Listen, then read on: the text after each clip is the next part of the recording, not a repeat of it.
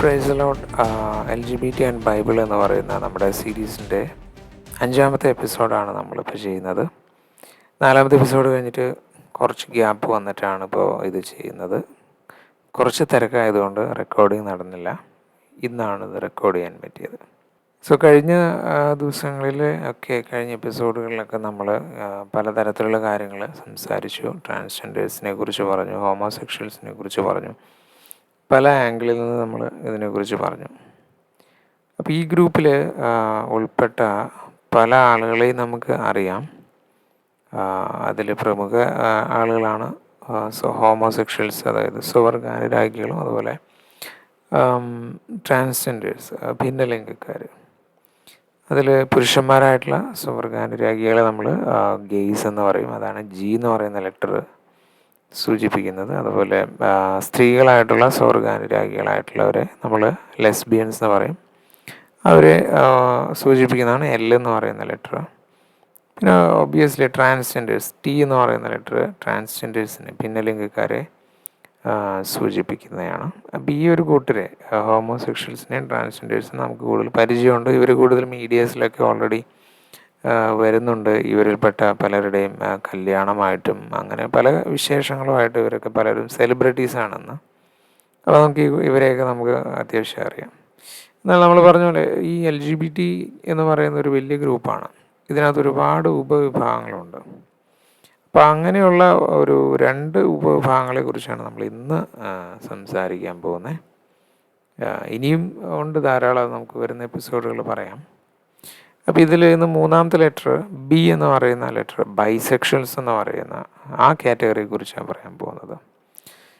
അപ്പം എന്താ ബൈസെക്ഷൽസ് എന്ന് പറഞ്ഞാൽ, വളരെ സിമ്പിളായിട്ട് പറഞ്ഞാൽ, ഇപ്പോൾ സാധാരണ നമുക്ക് ഒരു പുരുഷന് ഒരു സ്ത്രീയോട് ഇഷ്ടം തോന്നും, അല്ലേ? ഒരു സ്ത്രീക്ക് പുരുഷനോട് ഇഷ്ടം തോന്നും. ഇനി ഹോമോസെക്ഷൽസ് ആണെങ്കിലോ ഒരു പുരുഷനോടായിരിക്കും ഇഷ്ടം ഉണ്ടാവുക, അല്ലെങ്കിൽ ഒരു സ്ത്രീക്ക് സ്ത്രീയോടായിരിക്കും ഇഷ്ടം ഉണ്ടാവുക.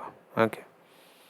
എന്നാൽ ബൈസെക്ഷൽസ് എന്ന് പറയുന്നത് അവർക്ക് 2 കൂട്ടരോടും ഇഷ്ടമായിരിക്കും.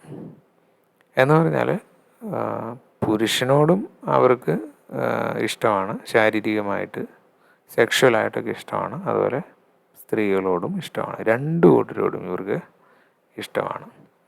അപ്പോൾ ഈ 2 കൂട്ടരോട് അട്രാക്ഷനുള്ള ഈ ഒരു കൂട്ടരെയാണ് നമ്മൾ ബൈസെക്ഷൽസ് എന്ന് പറയുന്നത്. അപ്പോൾ പിന്നെ എന്തായാലും ഒരു സ്റ്റേബിളായിട്ടുള്ള ഒരു കുടുംബജീവിതം, അതായത് ഭാര്യ, ഭർത്താവ്, മക്കൾ എന്നുള്ള രീതിയിലുള്ളൊരു കുടുംബജീവിതം എന്തായാലും ഈ കൂട്ടർക്ക് പറ്റില്ല എന്നുള്ളത് ഷുവറാണ്. കാരണം ഇവർക്ക് 2 കൂട്ടരോട് ഇഷ്ടമാണല്ലോ ഒരേ സമയം. ആണുങ്ങളെ ഇഷ്ടമാണ്, പെണ്ണുങ്ങളെ ഇഷ്ടമാണ്. അപ്പോൾ പിന്നെ സ്വാഭാവികമായിട്ടും അങ്ങനെ ഒരു ഇത് നടക്കില്ല. ഇനി ഞാൻ വേറൊരു കൂട്ടരെ കുറിച്ചും കൂടെ പരിചയപ്പെടാം. നമ്മൾ LGBT എന്ന് കേൾക്കുമ്പോൾ ഒരു പക്ഷേ ചിലപ്പോഴൊക്കെ LGBTQ എന്ന് കേൾക്കാറുണ്ട്. കോമണായിട്ട് LGBT എന്നാണ് പറയാറ്. എന്നാൽ LGBTQ എന്ന് പറയുന്ന രീതിയിലും ടേം പലയിടത്തും കാണാം. അതിൽ Q എന്ന് പറയുന്നത് ക്വസ്റ്റനിങ് അല്ലെങ്കിൽ ക്യൂർ എന്ന് പറയുന്ന ഒരു വിഭാഗമാണ്. ക്യൂർ അല്ലെങ്കിൽ ക്വസ്റ്റനിങ് എന്ന് പറയുന്ന കമ്മ്യൂണിറ്റി നമുക്ക് അങ്ങനെ ഒരു പ്രത്യേക ഡെഫിനേഷനിൽ ഉൾപ്പെടുത്താൻ പറ്റില്ല. എന്ന് പറഞ്ഞാൽ ഇപ്പം ഹോമോസെക്ഷൽസ് എന്ന് പറഞ്ഞാൽ നമുക്കറിയാം, സ്വവർഗാനുരാഗികൾ എന്ന് പറഞ്ഞാൽ സ്വന്തം വർഗത്തോടുള്ള അനുരാഗമുള്ളവർ. ആണാണെങ്കിൽ ആണിനോട്, പെണ്ണാണെങ്കിൽ പെണ്ണ്, അങ്ങനെയുള്ളവരാണെന്ന് പറയാം. ട്രാൻസ്ജെൻഡേഴ്സ് എന്ന് പറയുമ്പോൾ നമുക്ക് പറയാം, ഇപ്പോൾ ആണായി ജനിച്ച ആൾക്ക് പെണ്ണായിട്ട്, അല്ലെങ്കിൽ പെണ്ണായി ജനിച്ച ഒരാൾക്ക് ആണായിട്ട് തോന്നുന്നു. ഇങ്ങനെയുള്ളവരെയാണ് ട്രാൻസ്ജെൻഡേഴ്സ് എന്ന് നമുക്ക് അങ്ങനെ പറയാൻ പറ്റും. പക്ഷെ ക്യൂർ എന്ന് പറഞ്ഞാൽ ബേസിക്കലി എന്തും ആവാം, ഏത് നിലയിലും ആവാം. എന്ന് പറഞ്ഞാൽ ഇപ്പം അയാളുടെ സ്വന്തം ഐഡൻറ്റിറ്റിയെ കുറിച്ചായിട്ടാണെങ്കിലും, അല്ലെങ്കിൽ അയാൾക്ക് അട്രാക്ഷൻ തോന്നുന്നത് ആരോടാണ് എന്നുള്ള കാര്യത്തിലും, ഈ 2 കാര്യത്തിലും എങ്ങനെ വേണമെങ്കിലും ആവാം. ദേ ആർ എക്സ്പ്ലോറിങ് എന്നാണ് പറയുന്നത്. അവർ പരീക്ഷിച്ചുകൊണ്ടിരിക്കും. ഉദാഹരണത്തിന് ഇപ്പോൾ അയാൾക്ക് തോന്നുന്ന ആണായിട്ടാണ്, ഒരുപക്ഷെ നാളെ അയാൾ പെണ്ണായിട്ടായിരിക്കാം അയാൾ നടക്കുന്നത്. ഇപ്പോൾ ഒരാൾ ഹോമോസെക്ഷലായിട്ട് ഇരിക്കുകയായിരിക്കും, പക്ഷെ നാളെ ചിലപ്പോൾ അയാൾ ബൈസെക്ഷൽ ആവാം. അപ്പോൾ എന്ന് പറഞ്ഞ് ഇതെല്ലാം മാറി മാറിയൊക്കെ ഇരിക്കും. അല്ലെങ്കിൽ അവർ എക്സ്പെരിമെൻ്റ് ചെയ്യുകയാണ്, അവർ ഇപ്പോഴും അറിയാൻ ശ്രമിക്കുകയാണ് ഞാൻ ആരാണെന്നും എനിക്ക് ആരോടാണ് ഇഷ്ടമെന്നും. അപ്പോൾ ഇത്തരത്തിൽ ഉള്ള ഏത് നിലയിലും ചെയ്യുന്ന ഒരു എന്താ പറയുക, ഒരു ബ്രോഡായിട്ട് ഉള്ളൊരു കാറ്റഗറിയാണ് ക്യൂർ അല്ലെങ്കിൽ ക്വസ്റ്റനിങ് എന്ന് പറയുന്നത്.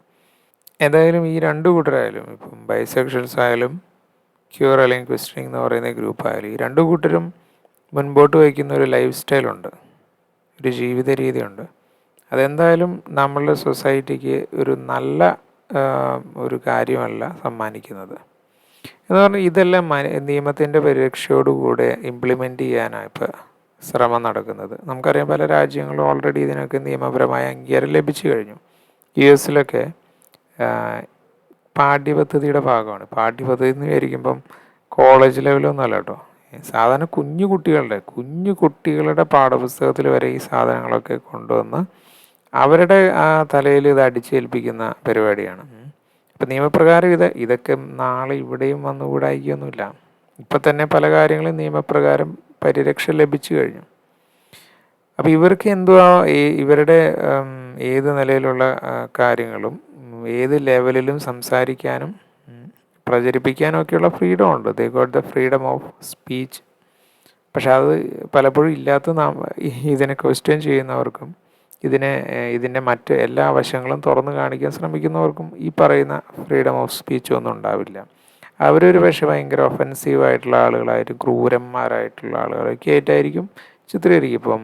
ഇപ്പം ഞാനിത് പറയുമ്പോൾ തന്നെ ഇത് വളരെ മോശമായിട്ടുള്ള ടോക്കാണ് എന്നുള്ള രീതിയിലൊക്കെ ആയിരിക്കും. പക്ഷേ ഈ ഒരു രീതിയിലുള്ള ഒരു ലൈഫ് സ്റ്റൈല് നമ്മുടെ സൊസൈറ്റിയിൽ നടപ്പിലാക്കി എന്ന് കരുതുക. നടപ്പിലാക്കി ഒരു 10-20 വർഷം കഴിയുമ്പോൾ എന്തായിരിക്കും ആ സൊസൈറ്റിയുടെ അവസ്ഥ എന്നുള്ളത് അല്പം കോമൺ സെൻസോടുകൂടെ ചിന്തിച്ചാൽ മതി, മനസ്സിലാവും. ഒരു ചങ്ങല എന്ന് പറയുന്നത് അതിൻ്റെ ചെറിയ കണ്ണികളുടെ ബലമാണ്. ആ ചങ്ങല നമ്മുടെ ഒരു സൊസൈറ്റി എന്ന് പറയുന്നതിൻ്റെ ബലം എന്ന് പറയുന്നത് നമ്മുടെ സൊസൈറ്റിയുടെ കണ്ണികൾ എന്ന് പറയുന്ന ഫാമിലിയാണ്. ഇന്നിപ്പോൾ നമ്മളുടെ സൊസൈറ്റി ഇങ്ങനെ ഇരിക്കുന്നത് ഇപ്പോൾ ഭൂരിപക്ഷവും അങ്ങനെയുള്ള ഫാമിലീസ് ഉള്ളത് കൊണ്ടാണ്. ഈ ഫാമിലി എന്ന് പറയുന്ന ഇന്ന് കാണുന്ന കെട്ടുറപ്പുള്ള, ഇന്ന് വലിയ കെട്ടുറപ്പുള്ളതാണെന്ന് ഞാൻ പറയില്ല, എന്നാൽ പോലും ഇന്നുള്ള ഈ ഒരു ഫാമിലി സ്ട്രക്ചർ കൂടെ പോയി കഴിഞ്ഞാൽ നമ്മുടെ സൊസൈറ്റിയുടെ ആ എൻറ്റയർ സ്ട്രക്ചർ പോയി. ആ കണ്ണികളില്ലാണ്ടാവും. ആ സമൂഹത്തിൻ്റെ ആ ഒരു വാല്യൂ സിസ്റ്റം, മൂല്യങ്ങൾ, അല്ലെങ്കിൽ അതിൻ്റെ ഒരു ഭദ്രത, അതിൻ്റെ ഒരു എന്താ പറയുക, ആളുകൾ തമ്മിലുള്ള റിലേഷൻഷിപ്പ്, ഇതെല്ലാം ഇല്ലാണ്ടാവും. ആ മനുഷ്യബന്ധത്തിനൊന്നും ഇന്ന് കാണുന്ന യാതൊരു വാല്യൂ ഇല്ലാത്ത നിലയിലേക്ക് മാറും ഈ ഒരു സിസ്റ്റമാണ് വരുന്നതെങ്കിൽ. ഇത് ഞാനിപ്പോൾ പറയുമ്പോൾ അത് എത്രത്തോളം മനസ്സിലാകും എന്ന് എനിക്കറിഞ്ഞൂടാ. പക്ഷേ ഇത് ഇംപ്ലിമെൻ്റ് ചെയ്താൽ അതാ സംഭവിക്കാൻ പോകുന്നതെന്നുള്ളത് ഇത് ഇംപ്ലിമെൻ്റ് ചെയ്തൊരു കുറച്ച് വർഷങ്ങൾ കഴിഞ്ഞ് കഴിഞ്ഞാൽ മനസ്സിലാവും. ഷുവറാണ്. ഇനി ഇതുപോലെ പല ഗ്രൂപ്പുകളുണ്ട്. നമ്മൾക്ക് വരുന്ന എപ്പിസോഡിൽ അങ്ങനെയുള്ള ചില ഗ്രൂപ്പുകളെ കുറിച്ച് കൂടെ പറയാം. ഇന്നത്തെ എപ്പിസോഡ് നമുക്ക് വൈൻഡപ്പ് ചെയ്യാൻ മുമ്പ് ഒരു കാര്യം കൂടെ പറയാം. അതായത് നമുക്കിപ്പോൾ കമൻസിലൊക്കെ ആയിട്ടും മെസ്സേജായിട്ടും ഒക്കെ പല ക്വസ്റ്റ്യൻസ് ഇതുമായി ബന്ധപ്പെട്ട് പലരും ചോദിച്ചു. അപ്പോൾ അടുത്ത എപ്പിസോഡ് മുതൽ നമുക്ക് അങ്ങനെയുള്ള ചില ക്വസ്റ്റ്യൻസിന് ആൻസർ പറയാൻ നമുക്ക് ശ്രമിക്കുന്നതായിരിക്കും. സോ അടുത്ത എപ്പിസോഡിൽ നമുക്ക് കാണാം. അതുവരെ ദൈവം നിങ്ങളെ അനുഗ്രഹിക്കട്ടെ.